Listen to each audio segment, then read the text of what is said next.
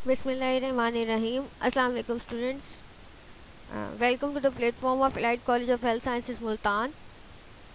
Students, this is your lecture of microbiology, and in the previous lectures we are studying about the anatomy of bacteria. So further continue करते हुए start करते हैं.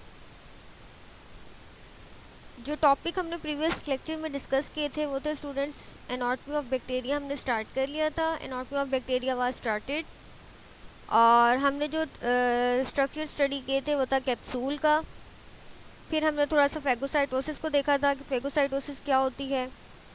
तो capsule का मैंने आपको बताया था कि जो कैप्सूल होता है, जो पैथोजेनिक बैक्टीरिया होते हैं वो प्रोड्यूस करते हैं एक extra cellular enzyme to synthesize a polymer that forms a layer around the cell.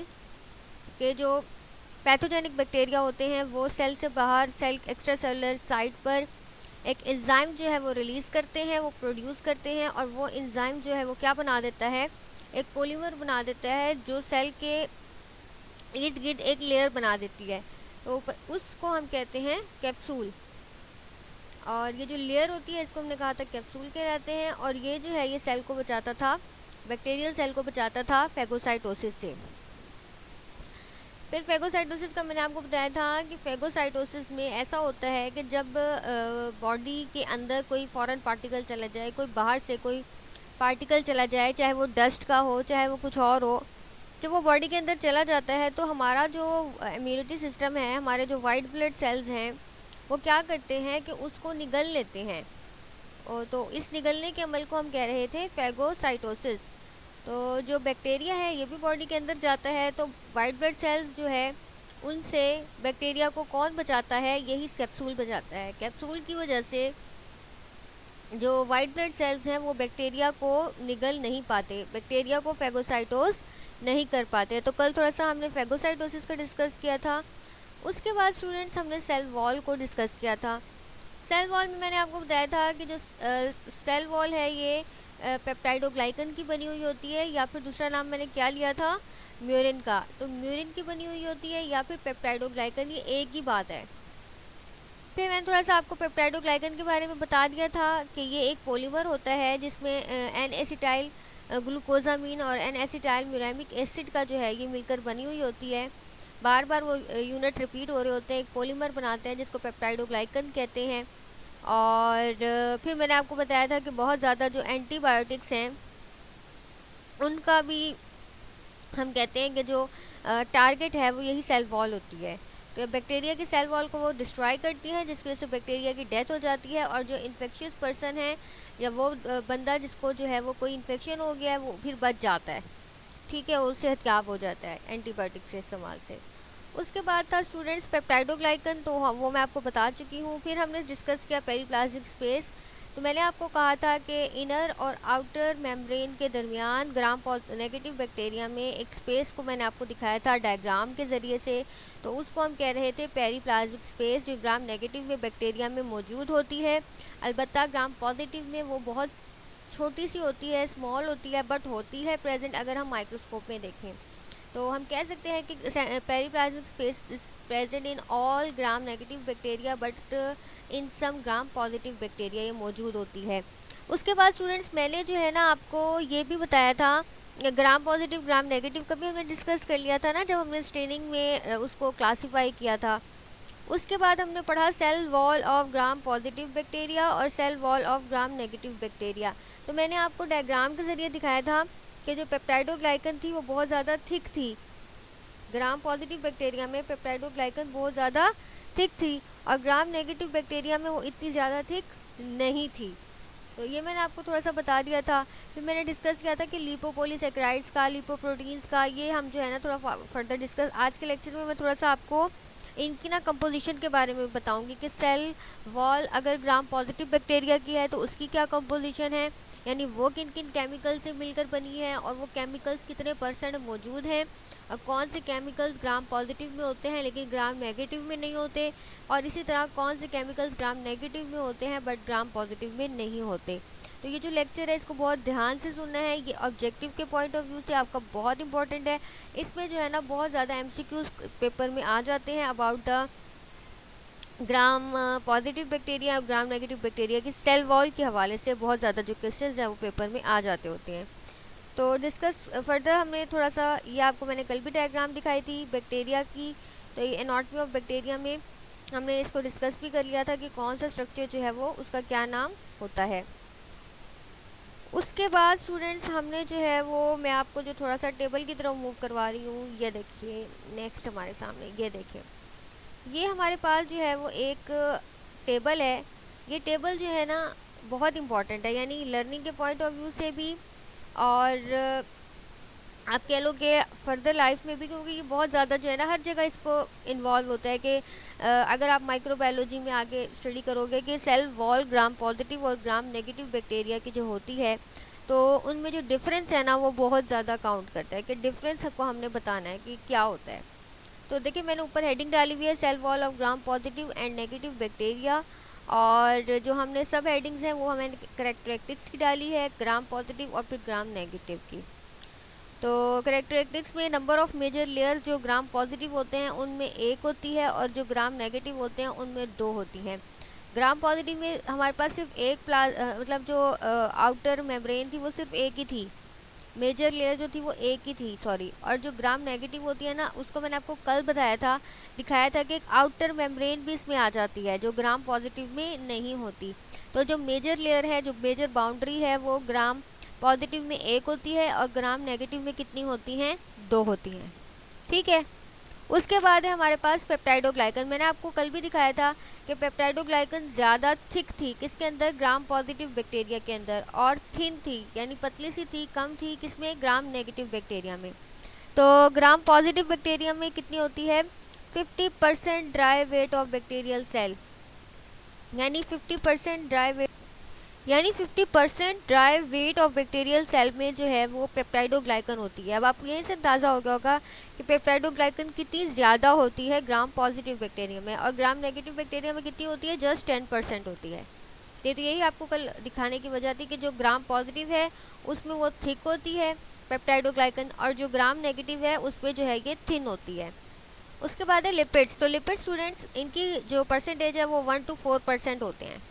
Cell wall में जो ग्राम पॉजिटिव है उनमें 1 to 4% होते हैं और ग्राम नेगेटिव में 11 to 12% होते हैं। अब ये पेप्टाइडोग्लाइकन से एक ऑपोजिट केस आ गया।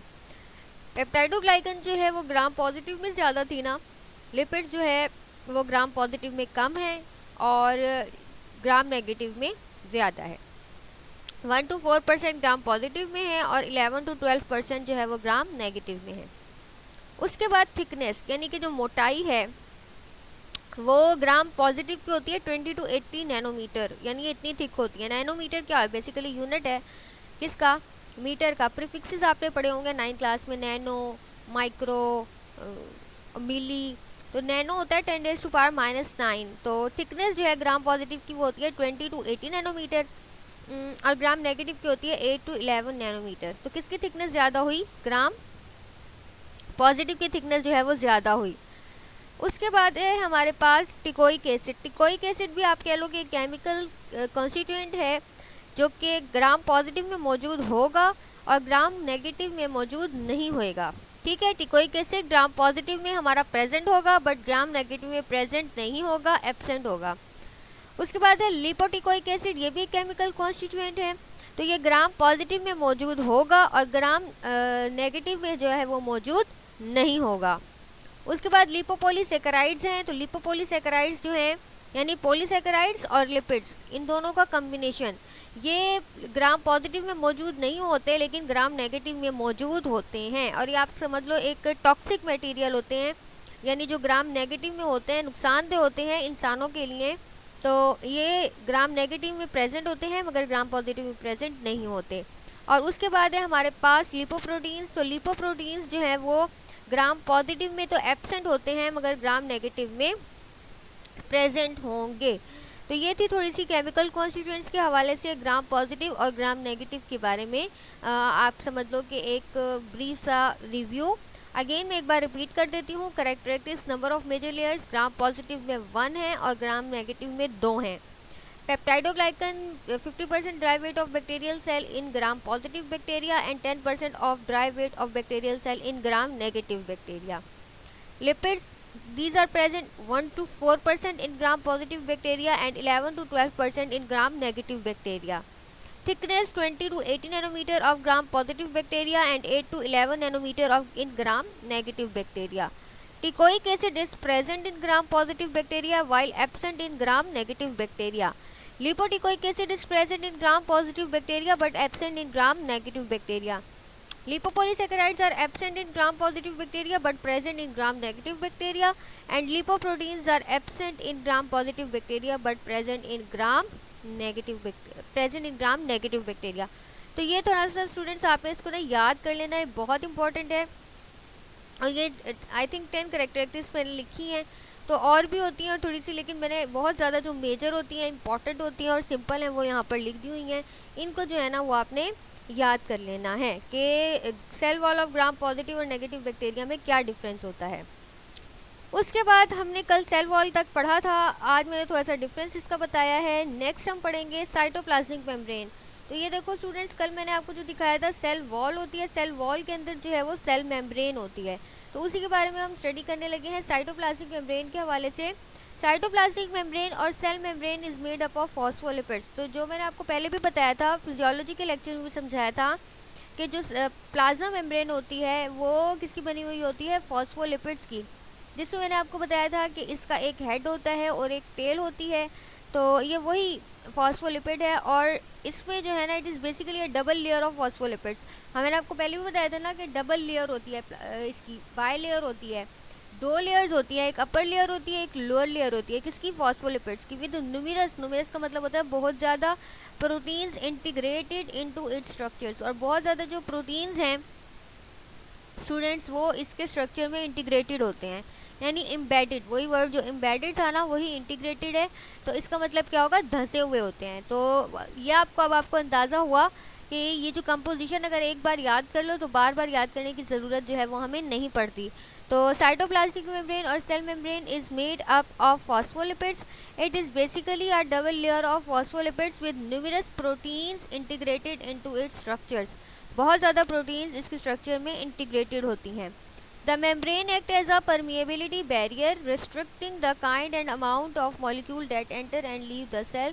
तो मैं आपको पहले भी बता चुकी हूँ कि ये जो होता है ये सेलेक्टिवली परमिएबल, यानी परमिएबल आप इसको यूँ जहन में रख लें परमिशन से, कि ये हर मॉलिक्यूल को इजाज़त नहीं देता कि सेल के अंदर या बाहर मूव करो।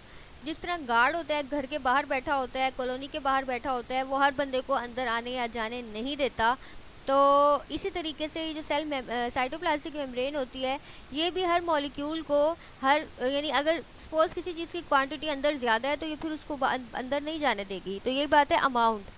और इसी तरह अगर किसी की कोई मॉलिक्यूल जो है वो सेल के लिए ज़रूरी नहीं है तो ये उसको भी अंदर इजीली जाने नहीं देगी, तो फिर वो दूसरे मैकेनिज़्म अडॉप्ट करके, सपोज अगर इम्पॉर्टेंट भी है तो फिर वो दूसरे मैकेनिज़्म इन्वॉल्व करके जो है वो अंदर जाएंगे। तो ये होती है सेलेक्टिवली परमिएबिलिटी, कि ये हर मॉलिक्यूल को अंदर जाने नहीं देती, तो ये एक गार्ड के तौर पे काम करती है सेल के लिए। तो साइटोप्लाज्मिक मेम्ब्रेन में हमने क्या पढ़ लिया कि साइटोप्लाज्मिक मेम्ब्रेन या cell membrane is made up of phospholipids, ये फॉस्फोलिपिड्स की बनी हुई होती है।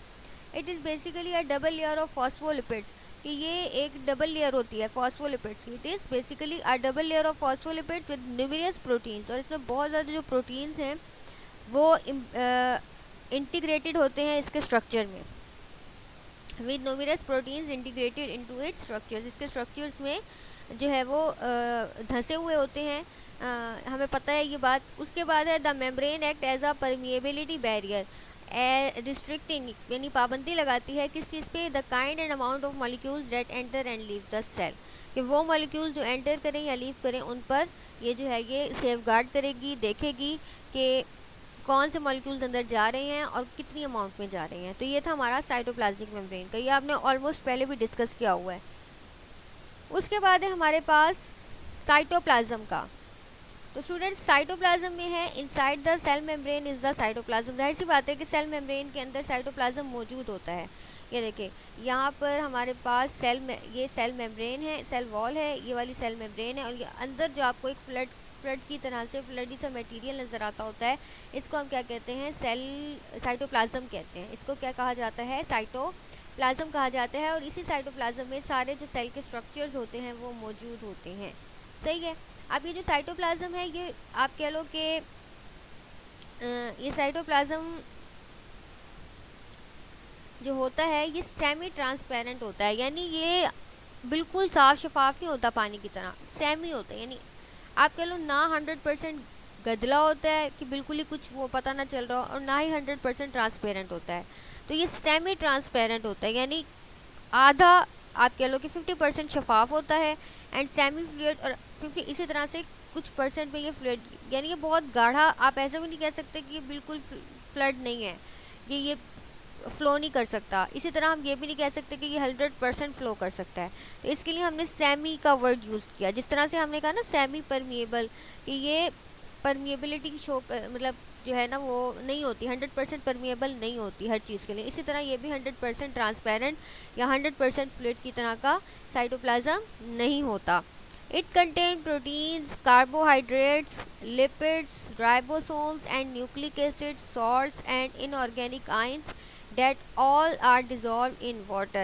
अब साइटोप्लाज्म के अंदर स्टूडेंट्स बहुत ज़्यादा इंपॉर्टेंट आप कह लो कि केमिकल कॉन्स्टिट्यूएंट्स मौजूद होते हैं। कौन कौन से हैं, प्रोटीन्स भी इसके अंदर हैं, कार्बोहाइड्रेट्स भी इसके अंदर हैं, लिपिड्स भी इसके अंदर हैं, राइबोसोम्स भी इसके अंदर हैं, न्यूक्लिक एसिड भी मौजूद है, सॉल्ट है, एंड इनऑर्गेनिक आयंस हैं।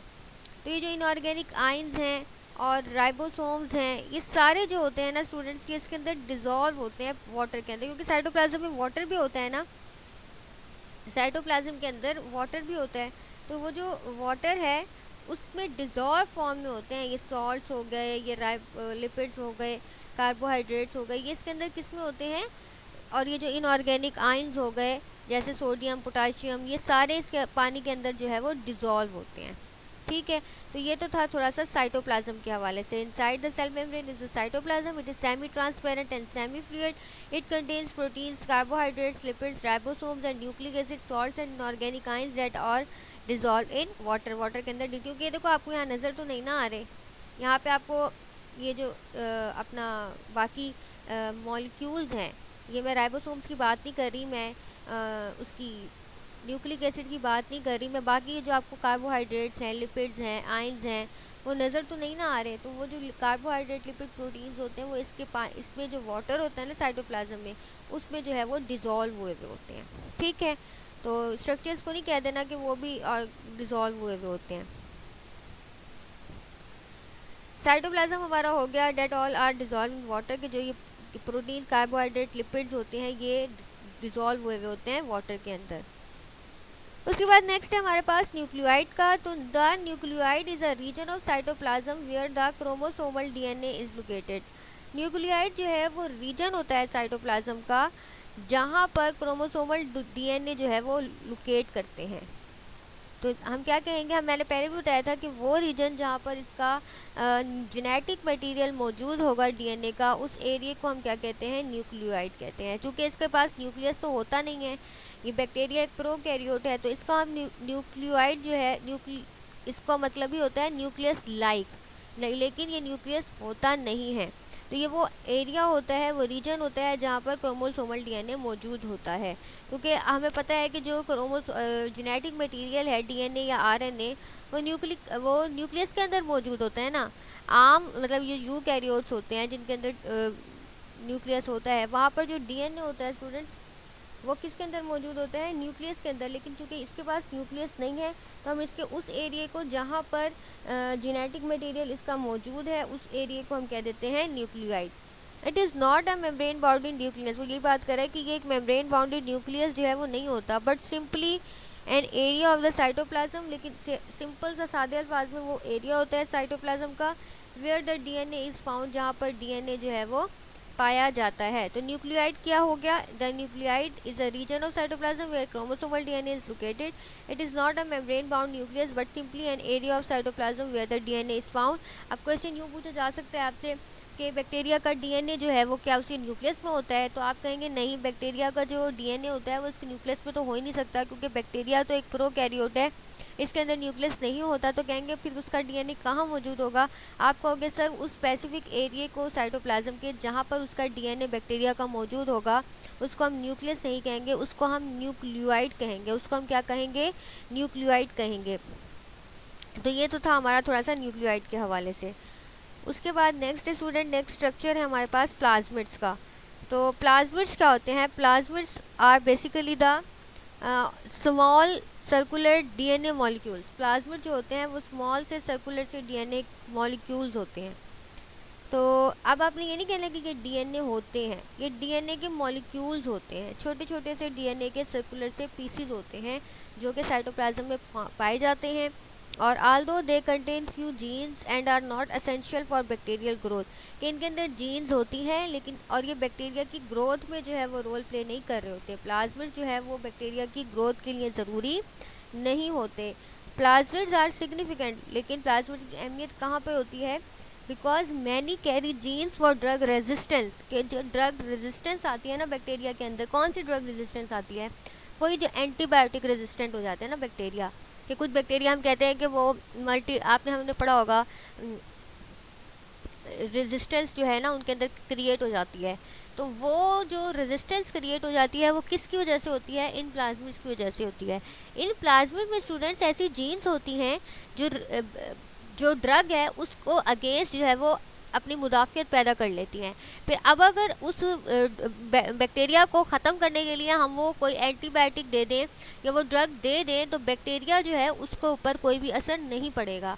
क्यों नहीं पड़ेगा? क्योंकि उसके प्लाज्मिड में जो है वो रेजिस्टेंस वाली जीन जो है वो आ गई है। तो although they contain few genes and are not essential for bacterial growth, plasmids are significant. Plasmids important होते हैं because many carry genes for drug resistance. को ड्रग रेजिस्टेंस की जो है वो इनके अंदर क्या होती है?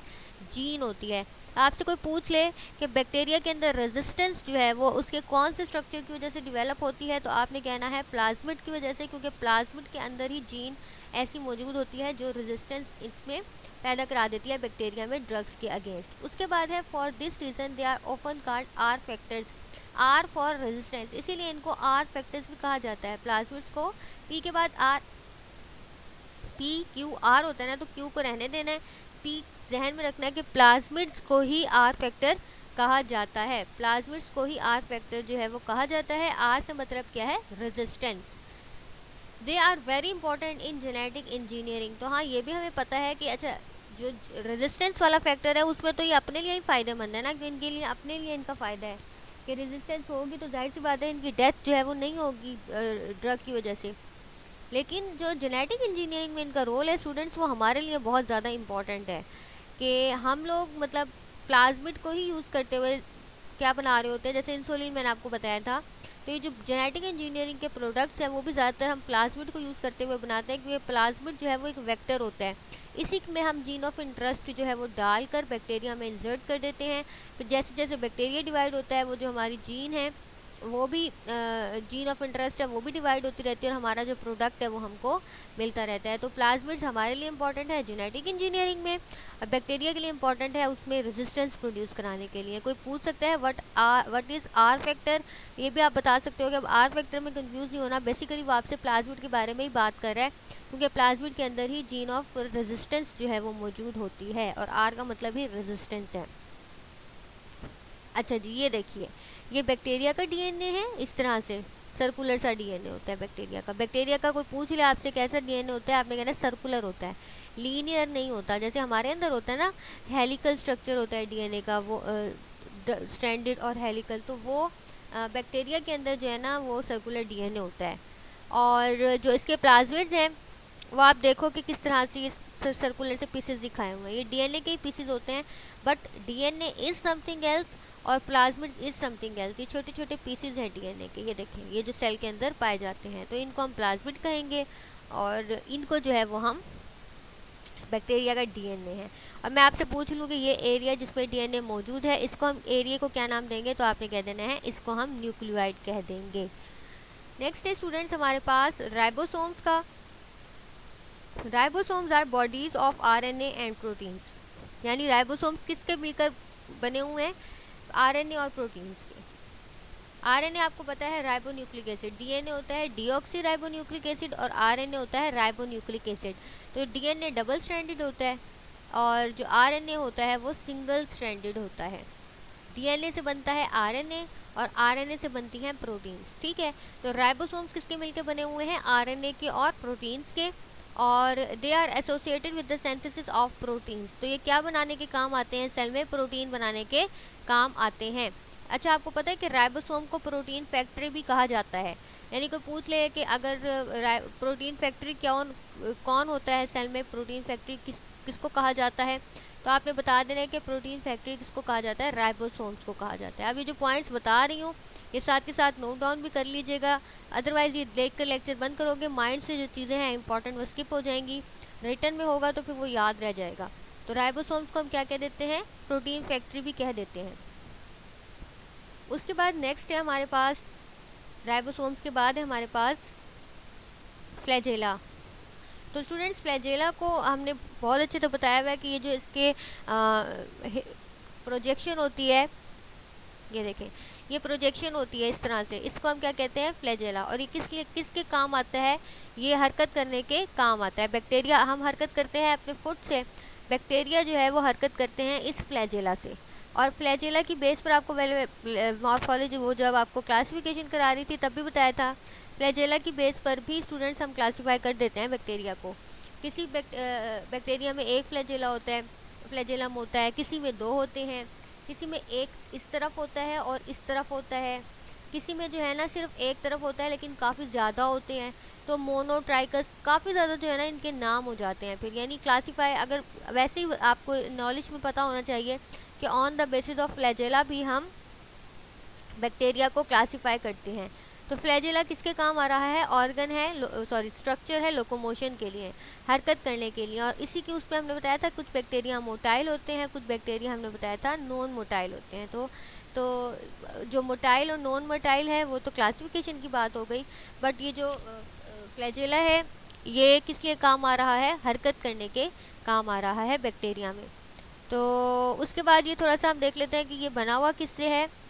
जो फ्लैजेला है, flagella give ability to bacteria to move, कि बैक्टीरिया की वजह से फ्लैजेला की वजह से जो है वो बैक्टीरिया मूव करते हैं। And flagella are made up of proteins called flagellin. और बैक्टीरिया जो फ्लैजेला है वो कौन से प्रोटीन की मिलकर बनी हुई होती है? फ्लैजेलिन की। तो ये आपने सिंपल से ध्यान रख लेना है कि फ्लैजेला से ही फ्लैजेलिन निकली है। तो जिस प्रोटीन से फ्लैजेला बने होते हैं उसका नाम क्या होता है? फ्लैजेलिन क्या होता है। तो ये भी MCQ आ सकता है कि फ्लैजेला कौन सी प्रोटीन से मिलकर बनी हुई है। तो कौन सी प्रोटीन है ये? फ्लैजेलिन। तो इसमें से जो इम्पॉर्टेंट क्वेश्चंस हैं वो ये कि एक तो ये है कि फ्लैजेला कौन सी प्रोटीन से बनी हुई है, फिर ये कि राइबोसोम्स किस किस चीज़ से बने हुए हैं, तो आपने कहना RNA एंड प्रोटीन से। फिर वो क्या पूछ सकते हैं कि जो राइबोसोम्स हैं, जो प्रोटीन फैक्ट्री है वो किसको कहा जाता है, तो वो भी आपको पता होना चाहिए, राइबोसोम्स को कहा जाता है। तो मैं बल्कि फ्रेंड से आपको बता देती हूँ क्वेश्चंस किस तरह से आपसे पूछे जा सकते हैं। स्टूडेंट, सबसे पहले आपसे cell wall of gram positive और नेगेटिव बैक्टीरिया में ना इनकी कंपोजिशन पूछी जा सकती है कि भाई हाँ, कंपोजिशन की बेस पर डिफ्रेंशिएट करो ग्राम पॉजिटिव और ग्राम नेगेटिव बैक्टीरिया की सेल वॉल को। तो आपने ये टेबल बनाना है, टेबल बना के थोड़ा बहुत एक्सप्लेन कर देना है, लेकिन अगर टेबल बना लोगे तो ये आपका बहुत ज़्यादा अच्छा इंपैक्ट जाएगा। बिल्कुल इसी तरीके से नीट एंड क्लीन से एक टेबल बनाना है, उसमें ग्राम पॉजिटिव ग्राम नेगेटिव की सारी करेक्टरिस्टिक्स लिख देनी है, सही है। उसके बाद इनका कलर, जैसे ग्राम पॉजिटिव का मैंने आपको कलर पर्पल बताया था और ग्राम नेगेटिव का पिंक होता है। तो ये हो जाएगा आपका एक क्वेश्चन, ये हो जाएगा। दूसरा क्वेश्चन आपसे हो सकता है कि व्हाट इज साइटोप्लाज्मिक मेम्ब्रेन, और फिर आपको थोड़ा सा इसका ये बता देना है कि ये होती क्या है। ये जो है ना, ये साइटोप्लाज्मिक मेम्ब्रेन, ये सेल मेम्ब्रेन है वो फॉस्फोलिपिड की बनी हुई होती है। ये as a permeability barrier act करती है कि ये कुछ मॉलिक्यूल्स को अंदर जाने देती है, कुछ को अंदर नहीं जाने देती। और फिर आप इसका स्ट्रक्चर बता देना है कि ये बनी हुई किस तरह से होती है। तो ये एक साइटोप्लाज्म मेम्ब्रेन पे क्वेश्चन बन सकता है। फिर साइटोप्लाज्म के ऊपर एक क्वेश्चन बन सकता है, उसका ये सारा आप बता दोगे कि इसके अंदर क्या क्या मौजूद होता है। उसके बाद न्यूक्लियोइड, व्हाट इज़ न्यूक्लियोइड, तो वो आपने बता देना। और फिर मैंने ये भी पूछा था कि ये भी पूछा जा सकता है ना आपसे कि भाई न्यूक्लियस तो इसके अंदर बैक्टीरिया के न्यूक्लियस में होगा उसका DNA, तो आपने कहना है न्यूक्लियस में नहीं होगा, साइटोप्लाज्म का वो एरिया जहाँ पर न्यूक्लियाइड उसका जेनेटिक मटेरियल मौजूद होगा उसको हम न्यूक्लियाइड कहेंगे। न्यूक्लियस तो बैक्टीरिया में होता ही नहीं है। और उसके बाद जो है वो आपसे प्लाज्मिड्स के हवाले से पूछ सकते हैं, व्हाट इज़ आर फैक्टर, और जेनेटिक इंजीनियरिंग में इनका रोल पूछा जा सकता है। नेक्स्ट जो है वो हमारे पास राइबोसोम्स के बारे में पूछा जा सकता है, और फ्लैजेला की प्रोटीन के हवाले से और राइबोसोम्स के हवाले से एमसीक्यूज बन सकते हैं। अब तक यहाँ तक किसी को कोई कन्फ्यूजन होगी तो वो ज़रूर डिस्कस कर लेगा, कोई क्वेश्चन है तो ज़रूर पूछें, और इंशाल्लाह नेक्स्ट लेक्चर में हम बाकी स्ट्रक्चर्स को कवर कर लेंगे, और फिर हम जो है वो अपना टॉपिक स्टार्ट करेंगे कल्चर मीडिया का। होपफुली यहाँ तक जो है वो सब कुछ क्लियर हो गया होगा। और नेक्स्ट लेक्चर थोड़ा सा आप यानी जब यहाँ देखने से पहले कोशिश किया करें नोट्स एक बार रीड कर लिया करें, ताकि लेक्चर और अच्छे से समझ में आए। तो बस ये तो थोड़े से स्ट्रक्चर्स रह गए, वो करा के कल फिर मैं आपको कल्चर स्टार्ट कराऊंगी। इंशाल्लाह फर्दर लेक्चर में प्रोसीड करेंगे। Thank you for your concentration students. अल्लाह हाफिज़।